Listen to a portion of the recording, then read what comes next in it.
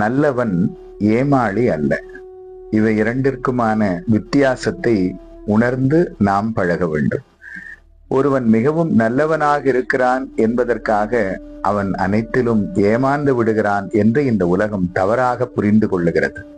ஆனால் அனைத்தையும் அறிந்து கொண்டு கூட அவன் நல்லவனாக வாழ வேண்டும் என்று விரும்பி வாழ்பவனாக இருப்பது அதிகம் சாத்தியம் உண்டு. பெரும்பாலும் அப்படி நல்லவர்களாக வாழக்கூடியவர்களை இறைவன் ஒருபொழுதும் கைவிடுவதில்லை.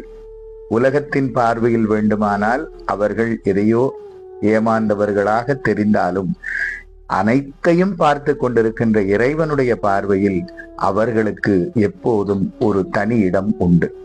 தொண்டுக்கென்றே இருப்பான், கேலிக்கு ஆளாவான், கண்டுகொள்வாய் அவனை ஞானத்தங்கமே, அவன் கடவுளின் பாதியடி ஞானத்தங்கமே.